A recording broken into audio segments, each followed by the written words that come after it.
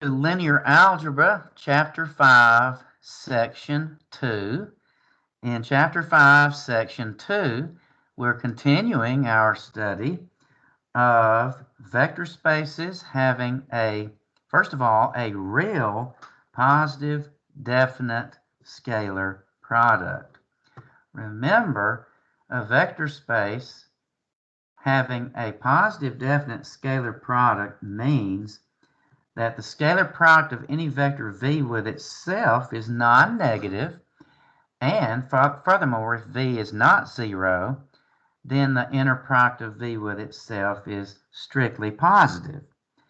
All right, so Chapter 5, Section 2, orthogonal bases, still continuing at the moment, the real positive definite case. All right. A basis for a vector space is orthogonal if its vectors are mutually perpendicular, and furthermore, if all the basis vectors have unit length norm 1, then we have an orthonormal basis for our vector space. Of course, the standard unit vectors E1, E2 through E sub n form an orthonormal basis for Rn. Now, the big theorem here in 5.2 as we start is theorem 2.1, and it says the following. Let's look at it. Let V be a finite dimensional vector space, say dimension n, with a positive definite scalar product. And particularly, it's still talking mostly about the real case. All right, let W be a subspace of V. Now remember, in section 1 of chapter 5, we started out with the idea of letting S just be a subset of V, not necessarily a subspace of V. Then we let U be the span of S. Well, here we're going to start out immediately with a subspace of V. Let W1, W2, ... through W sub M be an orthogonal basis for W. Such a basis exists, as we saw in section 1. Now, if W is not all of V, then we're claiming that there exist extension vectors Wn plus 1, n plus 2, ... through Wn in V, so that when you put them all together, W1 through Wn is an orthogonal basis for V. Now, the proof of this theorem is on page 104. I didn't write it out in my notes, but we're going to go through it. The method for proving this theorem is just as important as the theorem itself. This theorem is going to be used throughout the remainder of chapter 5 and even on into chapter 7 and 8. And it's called the Gram-Schmidt orthogonalization process. Now, so starting out, we have W is a subspace of V, and we have an orthogonal basis for it, W1 through W sub M. So the dimension of W is M. Now we know from chapter 2 that we can always extend a basis for a subspace to a basis for the whole entire space V. So we know there exist extension vectors V sub M plus 1 through V sub N, so that W1 through Wm, V sub n plus 1 through V sub n is a basis for the whole space V. Of course, this basis is not an orthogonal basis. And so what we want to do is take this basis and derive from it an orthogonal basis of V via the Gram-Schmidt orthogonalization process. And we do it stepwise by induction. Let capital W sub m plus 1 be the subspace of V spanned or generated by, so let's take our basis vectors for W, W1 through W sub m, and then add to it the first vector, V sub m plus 1. All right, now we want to obtain an orthogonal basis for capital W sub m plus 1. Of course, we already know that W1 through Wm are orthogonal. We just have to make V sub m plus 1 orthogonal to the Wi's from W1 to Wm. All right, the idea is to take V sub m plus 1 and subtract from it its orthogonal projections along W1, W2, through Wm. And we looked at this in section 1, taking orthogonal projections, say of a vector V along W, and we found that the scalar that's needed for that projection to be orthogonal is the following. Well, the first one, C1, we have the inner product of Vm plus 1 with W1 divided by W1, W1,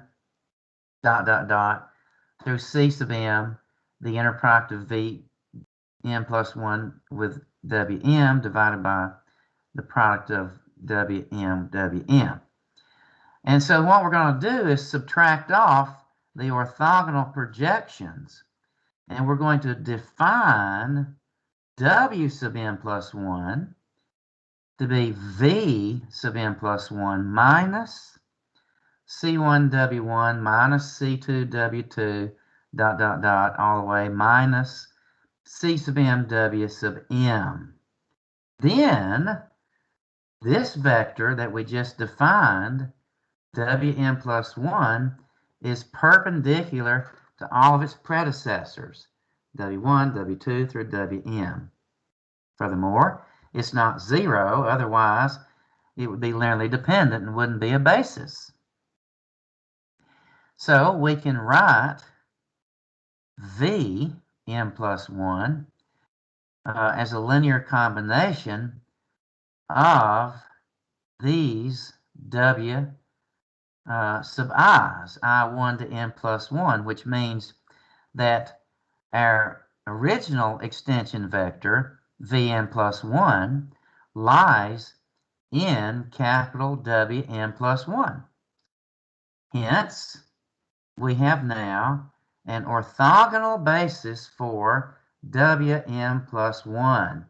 Now we can proceed stepwise by induction, and we can say we can find an orthogonal basis for the space Wm plus s.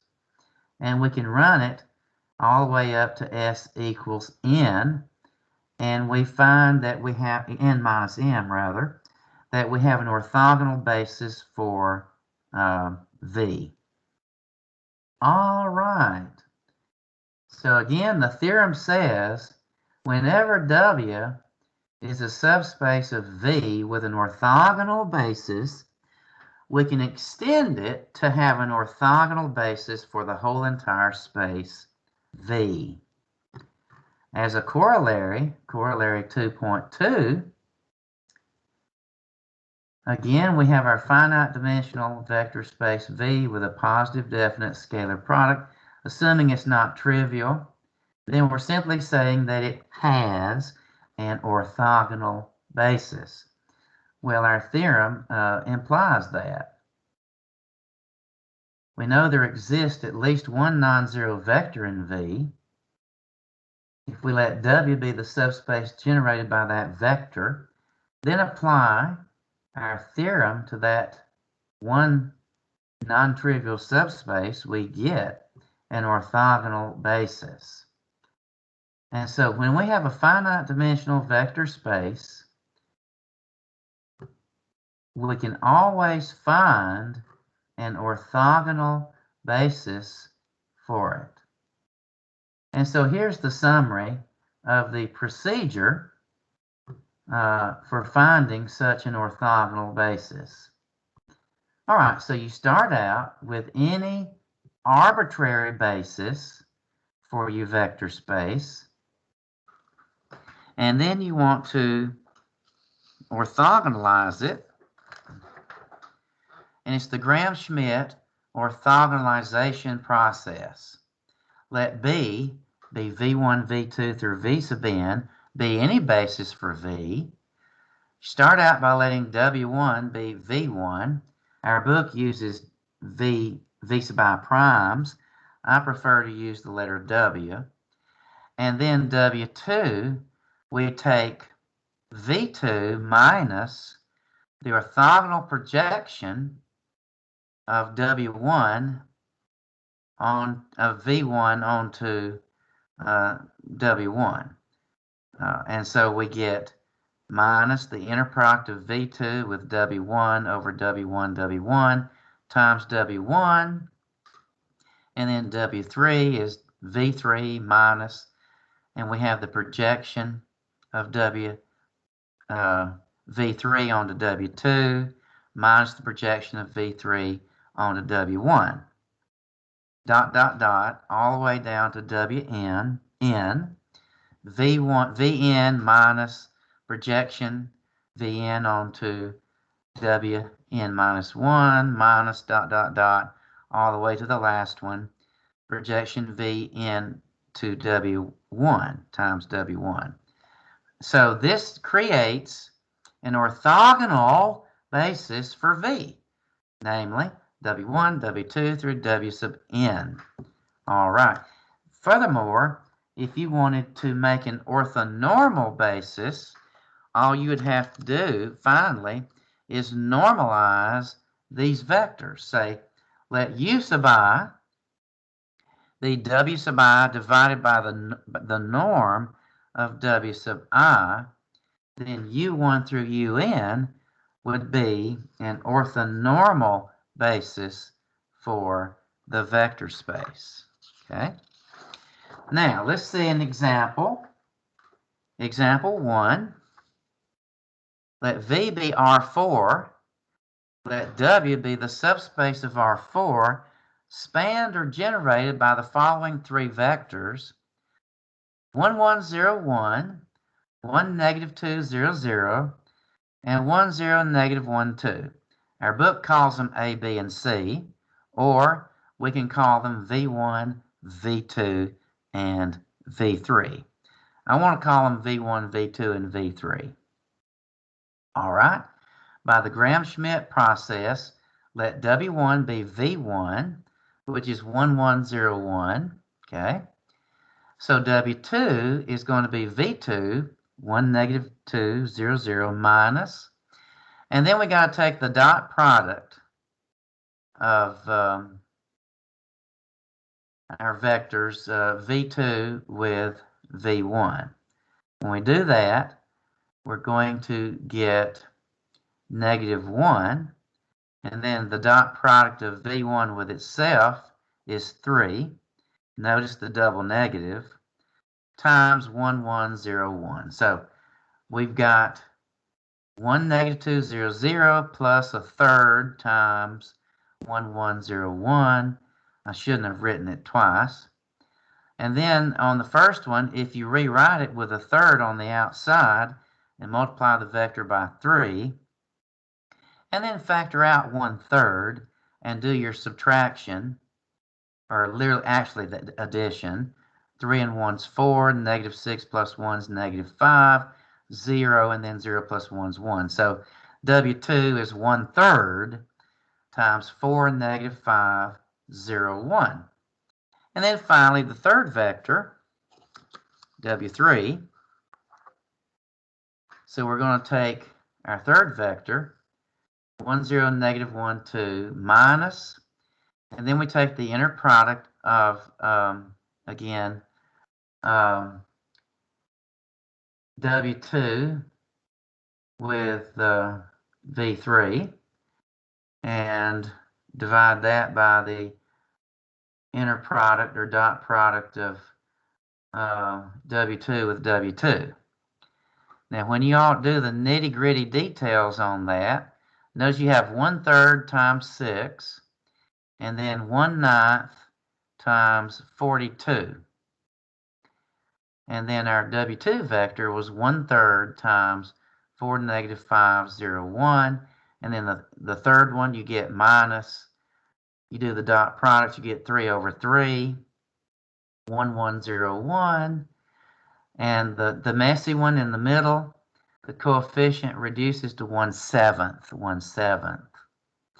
And then put all three vectors over a common denominator of 1/7 and do the subtraction. You finally get 1/7 times -4, -2, -7, and 6. Then if you want to normalize those vectors to get an orthonormal basis, just divide those WI vectors by their norms. And I'm not doing the details of that, but here they are. We get U1 turns out to be 1 over square root 3, 1101. U2 turns out to be 1 over square root 42, 4 negative 501, and U3 turns out to be 1 over the square root of 105 in that other same vector we had before, -4, -2, -7, and 6. It takes time to go through the arithmetic, and you can verify that for yourself. All right, now, we remember from section 5.1 that I had this example coming on in there. First, let's look at theorem 2.3. Theorem 2.3. Theorem 2.3. Okay. Theorem 2.3.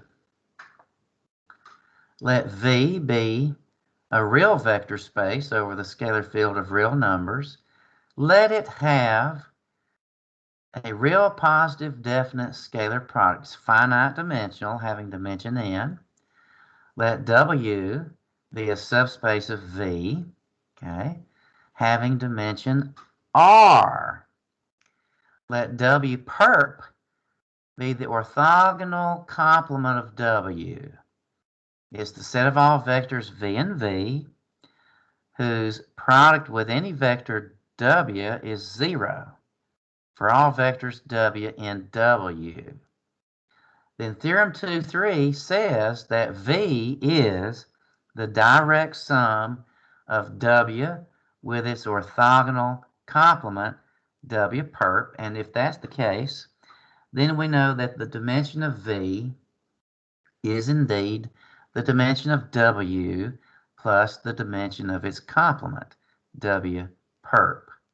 Now, we're not going through the proof of that theorem. It's kind of hard to follow, so I'm just going to omit it. All right. Again, we call W perp the orthogonal complement of W, or the orthogonal space of W. All right. So before we look at any further examples, refer back to the example we had in section 5.1, where we looked at the space of real matrices, M by N real matrices, A, and your matrix A can be thought of as an operator, a linear operator going from Rn into Rm. And you're looking at the homogeneous system of linear equations. Ax equals 0 vector in Rm. Remember, we let S be the rows of the matrix, A sub 1, A sub 2 through A sub m. We let W be the span of S, the subspace of Rn, spanned or generated by S. W is the row space of the matrix, and its orthogonal complement, W perp, is the kernel of A, or the solution set of the homogeneous system, AX equals 0 vector. So we have, Rn is the direct sum of W with W perp, and the dimension of Rn is the dimension of WR plus the dimension of W perp, which is N minus R, where R is the rank of the matrix. Remember, the rank is the dimension of the row space, also equal to the dimension of the column space. Oh. All right, so now this example is also true for m by n matrices, not just over the real numbers, but over a general vector space. We'll see that later on. Okay. All right. Now let's look at example 2 in our text here. Okay. Let V be R3. Okay.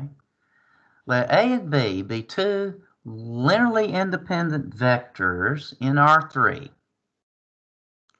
Let W be the subspace of R3 spanned or generated by those two vectors. All right, so that means that W has dimension 2, so that its orthogonal complement would have dimension 1. So R3 would be the direct sum of W with W perp, okay? So notice there that the orthogonal complement having dimension 1, if cap n is any non-zero vector in R3 forming a basis for W perp, then any other basis would just be a scalar multiple of that one vector. On the other hand, I'm calling example 2b. Again, V is R3, going in the other direction. If you start out with a non-zero vector cap n in R3, let W be the span of the one vector, which is scalar multiples of one vector. It has dimension 1, so its orthogonal complement has dimension 2, and is a two-dimensional plane in R3 passing through the origin. So that's a simple example for that theorem 2.3.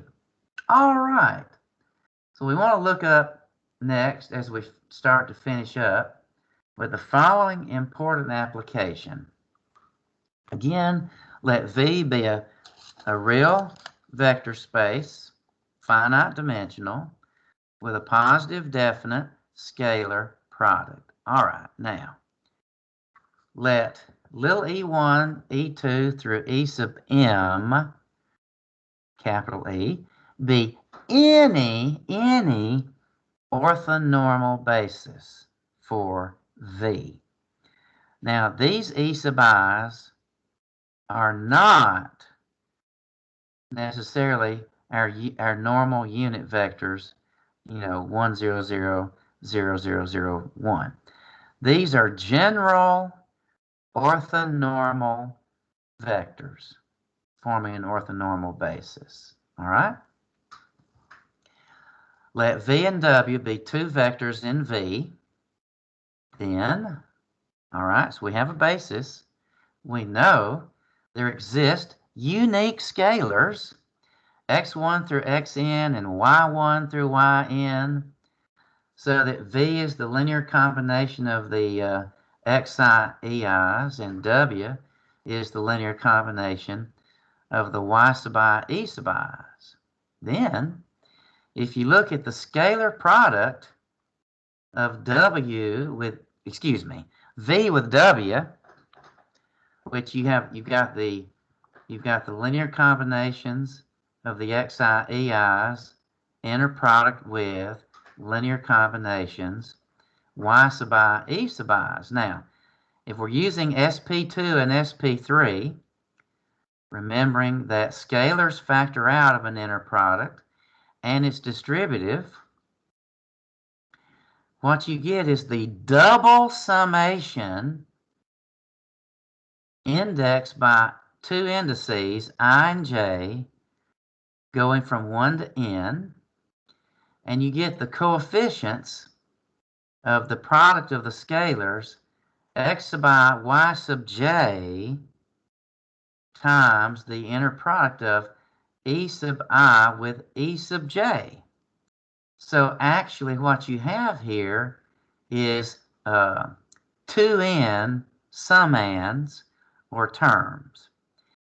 And what happens is they all cancel out. That is, they all reduce to 0 when I is not equal to j.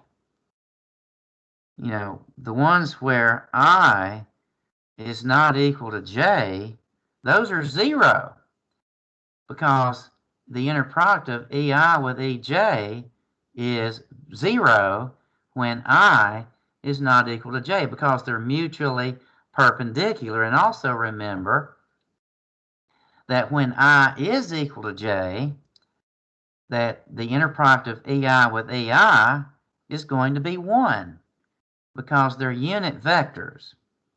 And so the whole thing reduces to x1, y1 plus x2, y2, dot, dot, dot, plus x sub n, y sub n, which is just simply the dot product of x and y, where x is the coordinate vector of v relative to the orthonormal basis, and y is the coordinate vector of w relative to the orthonormal basis.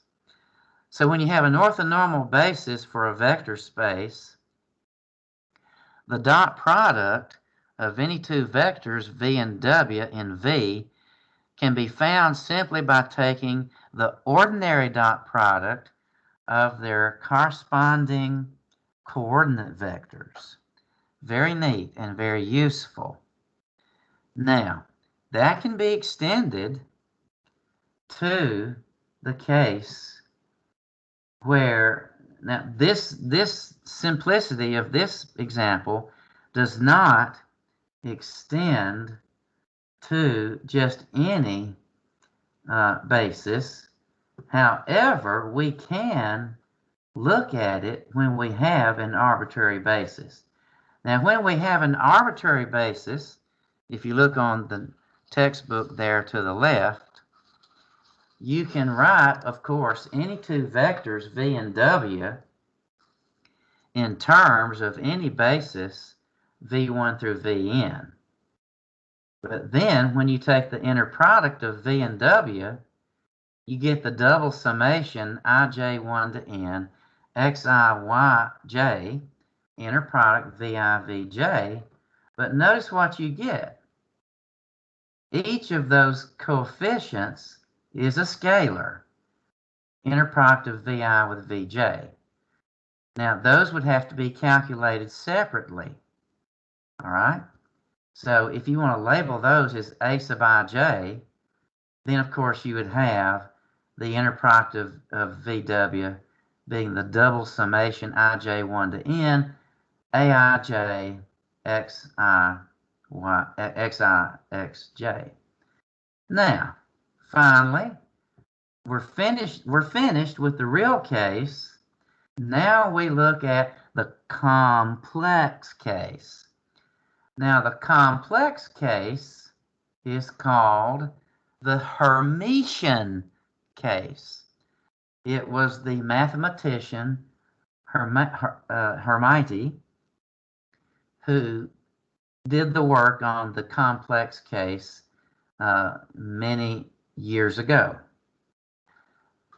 Now, we want to describe the modification that becomes necessary to adapt what we've just established to the case where we look at vector spaces over the complex scalar field. We want to preserve the idea of the positive definite scalar product as much as possible. As much as possible. Now, since the dot product of vectors with complex coordinates may be equal to 0 without the vectors being 0, right? We have to change something in our definition. Remember, I mentioned that earlier about the positive definiteness of complex numbers in Cn. But the change that's needed is just very slight. So let's look at it. All right. So let V be a vector space over the complex scalar field. So K is the scalar field of complex numbers. All right.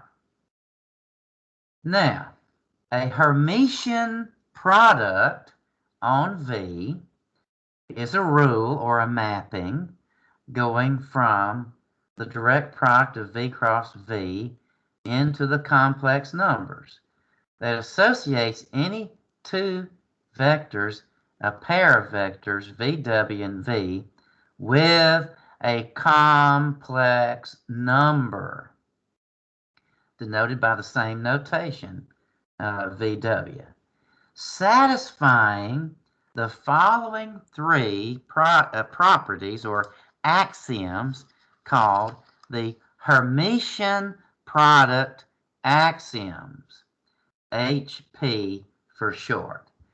Now, the first one, remember for the real case, the vectors commute, right? V dot W is W dot V. For the complex case, we modify our definition slightly, and it turns out that the inner product of V with W in the complex case is equal to the complex conjugate of the inner product of W with V. All right, so it's not exactly commutative, but if you take, the product of V and W and then turn it around and look at the product of W and V, for those two to be equal, you got to take the complex conjugate. Remember, if you have A plus BI, the conjugate is A minus BI. Now, the second property is the same as the real case. The distributive property works just like it does for the real case. But the third property has a slight change. Now, if alpha is a complex scalar, and you take the product of alpha U with V, the scalar alpha factors out as normal. But if the scalar alpha is on the second vector V, turns out it needs to be factored out with its complex conjugate, alpha bar. And then finally, the Hermitian product is said to be positive definite, same definition as before, if the inner product of V with V is non-negative for all vectors V and V, and actually positive when V is not the zero vector. And all of our terminology from the real case carries over to the complex case. The words orthogonal, perpendicular, orthogonal basis, orthogonal complement are all the same as before. There's nothing to change in our definition of complement, orthogonal complement, or of the projection of a vector V along W. But first, let's just finish up with this important, very important example 3, where our vector space V is Cn. This is the complex case of Rn. This is where we have the finite dimensional vector space having dimension n, ordered in tuples where the components are complex numbers.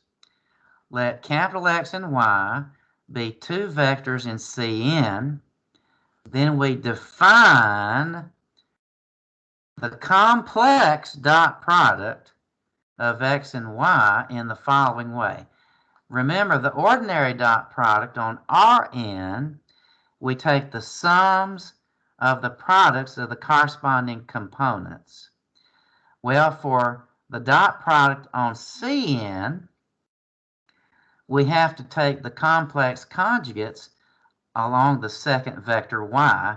So the dot product of xy is x1, y1 conjugate plus x2, y2 conjugate plus dot dot dot plus xn, y sub n conjugate. So it's the summation I1 to n xi with the conjugate yi.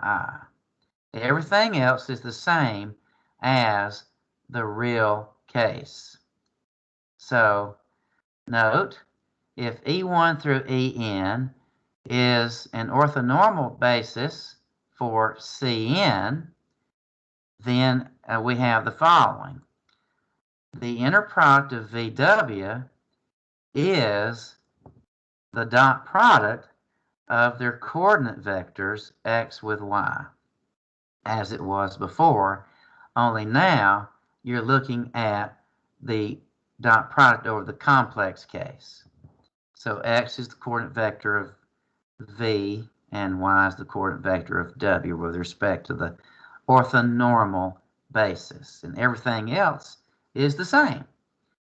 So our homework for section 5.2 is found on page 111 and 112, number 1 and number 4. I call it the GSOP, the Gram-Schmidt orthonormalization process.